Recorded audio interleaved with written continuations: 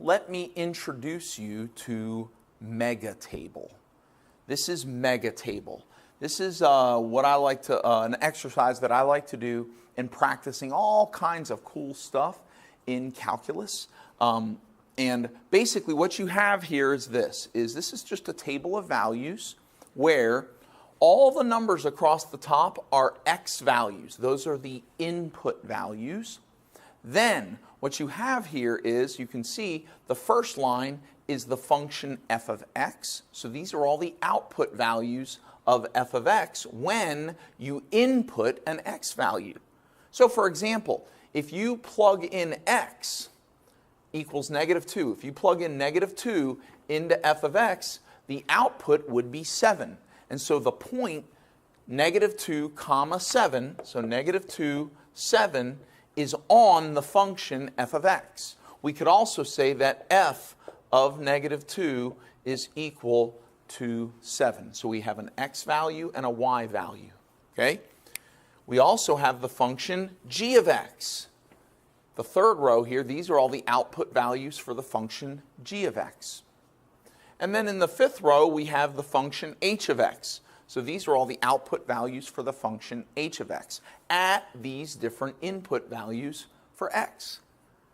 Now, what you'll see here also in the second, fourth, and sixth rows is those are the derivatives of these three functions. So the derivative of f of x, which is f prime of x, remember the derivative is the instantaneous rate of change, right? So we could say that the instantaneous rate of change of the function f of x at x equals 0 is -5. So f of x has a slope of -5 at the point 0 and -14. We also have the derivatives for g of x. So we have g prime right here. And here we have the derivatives of h of x, h prime of x, all right along here. So Megatable has output values for functions as well as the output values for the derivatives of those functions, which is the slope or the instantaneous rate of change of those functions. Okay? I like to use this table to try and begin to calculate and understand the derivative rules. Well, mainly the product rule, the quotient rule, and the chain rule. Okay? So here I'm going to set up a problem or two, and I'll help you work through them, and then you can try some on your own. Okay? Okay. So let's say that the function k of x is equal to f of x times g of x. Okay? So k of x is a product of two functions. All right? So now, we want to know what k prime of 0 is. We want to know what the derivative is of the function k of x when x is equal to 0. Well, in order to find this, we're going to need to use the product rule. Do you remember the product rule is the derivative of the first times the second plus the first times the derivative of the second. So what we're going to do is we're going to write those down right here using f, f prime, g, and g prime. And instead of putting in x, we're going to put in 0. So watch what we're going to write.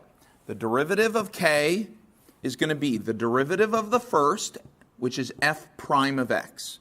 But instead of writing f prime of x, I'm going to write f prime of 0 because I'm plugging 0 in for x.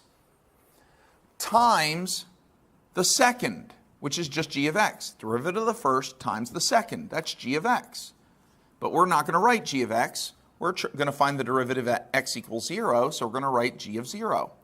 Plus the first, just f of x, right? But instead we're going to write f of 0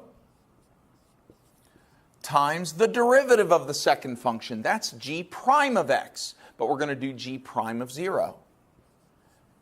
And now what we can do is we can go find the value of f prime of 0. F prime of 0 is -5. So that's -5 times g of 0. So we're going to go to g of x, and we're going to go over to 0, which is -1. So -5 times -1 plus f of 0. So we're going to go to f of x and over to 0. and that gives us negative 14 times g prime of 0. So we're going to go to g prime here, and we're going to go over to 0, and that's 2. And now all we have to do is arithmetic. Negative 5 times negative 1 is 5, plus negative 14 times 2 is negative 28, and 5 plus negative 28, that is negative 23. And so k prime of 0, the rate of change in k of x when x is equal to 0 is negative 23. I'm going to get another one ready, and then we'll see if you can work it out, okay? All right, folks, we've got this function n of x is equal to g of x times h of x. All right, and we want to know what n prime of negative 4 is. So now why don't you do what we just did in the last example, pause the video and see if you can find out what the derivative is. Okay, so n of x is a product of two functions. It's g of x times h of x, so we need the product rule. Okay, and we want to do this derivative where x is equal to negative 4. So let's do the product rule.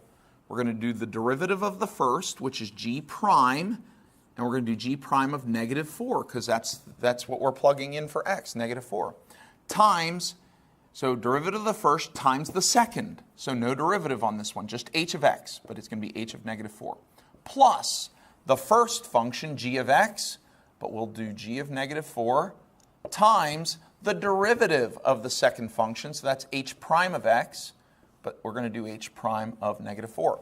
Now we just have to go to Megatable here and get the values for g prime of negative 4, h of negative 4, g of negative 4, and h prime of negative 4. G of negative 4, here's g of x, or g prime, sorry, that's g prime of negative 4. That's right here, g prime of x of negative 4 is negative 2. So we're going to put a negative 2 in here. H of negative 4. So here's h of x, here's negative 4. We need a 6 times 6 plus g of negative 4. Here's g of x, negative 4 is 3 times h prime of negative 4. H prime of x, negative 4 is negative 10 times negative 10. Now we just got to do some arithmetic, right? Negative 2 times negative 6 is negative 12 plus 3 times negative 10 is negative 30. So we've got negative 12 plus negative 30. That's negative 42. So the rate of change in n of x when x is equal to negative 4 is negative 42. Okay? And you can make up some of your own if you want to. You could try make a function that's f of x times h of x maybe. Okay? Or you can do one of the ones we've already done. You can do n of x, try n prime of 1, and then you'll use the numbers here. Or try n, or not those numbers, it'll be these. N prime of 3, and you'll use these numbers right here. Okay? We're now going to move on, and we're going to try the quotient rule. All right, folks, we've got this function now, p of x. P of x is equal to h of x over f of x. And we want to know the derivative of p at negative 2. So where's negative 2? That's right here. And we know that we're going to use h and x. So we're going to use h of x and f of x. So that's f and f prime and h and h prime. Well, what is the quotient rule? The quotient rule is the derivative of the top, h prime. So we're going to do h prime of negative 2, because that's our input, times the bottom, f of x. F of negative 2, minus the top, h of negative 2, times the derivative of the bottom, which is f prime of negative 2, all over the bottom, f of x, f of negative 2, but that number is going to be squared. Okay? So let's go get all these numbers out of the Megatable. H prime of negative 2, h prime negative 2 is 3. So this is going to be equal to 3 times f of negative 2. Here's f of x. There's negative 2, 7. So times 7 minus h of negative 2. Here's h. Negative 2 is negative 12. So it's a 7. Negative 12 times f prime of negative 2. Here's f prime. We're going to go over to negative 2, and it's positive 2. So we're going to put a 2 here. All over the bottom, f of negative 2 squared. So f of negative 2 is 7, all over 7 squared. So now you may need a calculator for this maybe. Let's see what we can do here. We're going to have 3 times 7, that's 21, minus negative 12 times 2, that's negative 24, over 49, right? Because 7 squared is 49. So 21 minus negative 24, that's going to be 45 over 49. So our derivative, our rate of change, instantaneous rate of change in p of x, when x is equal to negative 2, is going to be 45 over 49, a fraction, which can maybe be reduced or something like that. Okay? All right, let's do another example. Okay, we have this function here, r of x is equal to f of x over g of x. Okay, so it's a quotient. This function is a quotient of two functions, and we want to know what r prime of negative 1 is. Okay, so we need the quotient rule. Why don't you go ahead and try this one, pause the video, give it a shot, and see if you can come up with the same thing I come up with. All right, so let's see how well you did. The quotient rule says we're going to do the derivative of the top, which is f prime, so f prime of negative 1, times the bottom, g of x, but it's going to be g of negative 1, because we're going to plug negative 1 for all our x's, minus the top, f of x, so we'll do f of negative 1, times the derivative of the bottom, g prime, which will be g prime of negative 1, all over the bottom squared, all over g of negative 1 squared. Okay? All right. So let's go ahead and go up to Megatable and see if we can fill in these values here, right? F prime, let me do it in a different color. Use blue this time. F prime of negative 1, so here's F prime right here, of negative 1 is negative 2. So we'll put a negative 2 here. G of negative 1, here's g of x. We'll go over to negative 1, and that's going to be negative 4 times negative 4, minus f of negative 1, here's f of x. Go over to negative 1, and we get a 3, times g prime of negative 1. Here's g prime. Go over to negative 1, and we have a 1 there. Times 1, all over the bottom squared, right? G of negative 1, well, g of negative 1 is negative 4 squared, all right? So this is going to be negative 2 times negative 4, that's 8, minus 3 times 1, that's 3. That's easy enough. And then negative 4 squared. Now, you got to be careful with negative 4 squared. I mean, hopefully you can just do it in your head. But what I mean is this. I want you to be careful about something. If you're using a calculator, if you type in negative 4 squared, your calculator is going to give you negative 16. But that can't be true because a negative times a negative is a positive. You didn't put parentheses around the negative 4 because negative 4 squared, negative 4 times negative 4, is going to be positive 16. I'm just giving you a warning of some problems that I've seen. Now, I know you know that a negative times a negative is a positive, but when you're in the middle of learning something new and you're just relying on your calculator and keying it in, you may forget, it may just slip your mind that a negative times a negative is a positive, and you'll just type in, or you'll put in negative 16. But remember, negative 4 times negative 4, positive 16. So positive 16. 8 minus 3 is 5. So we got 5 over 16. So the instantaneous rate of change in r of x when x is equal to negative 1 is going to be 5 over 16. Okay? That's the quotient rule. Let's try a couple with the chain rule. All right, folks, we've got a composition function here. We've got u of x is equal to f of g of x. That means that g of x is a function inside of f of x. So everywhere that you would have an x in f of x, instead you would put g of x, the whole function where every x is. Okay? And so this is a composition function, so it requires the chain rule. Now, if you recall, the chain rule is the way we do the derivative is we have to do the derivative of the inside, the derivative of g of x, times the derivative of the outside function. So that would be f prime of the inside function, which is g of x. Now we want to know what the derivative of u is at x equals negative 2. So we want u prime of negative 2. So let's see how we would do that. The chain rule says we do the derivative of the inside, so that's g prime. So g prime of negative 2, because that's what we're plugging in. So g prime of negative 2 times the derivative of the outside, f prime. F prime of, not negative 2, but of g of x, but not g of x, g of negative 2. See, what you can see is everywhere that we would have an x, we put in a negative 2. So now, in order to solve this, it's kind of layered, okay? Now, g prime of negative 2, that's easy. Get a different color here. G prime of negative 2, here's g prime, and here's negative 2, it's negative 3. So we're going to put a negative 3 here, times, now, we can't do this f prime yet. We need to just bring down f prime. We need to find out what is g of negative 2, because that's a number. That has an output, and we're going to put that output right here. G of negative 2. So here's g of negative 2 is 0.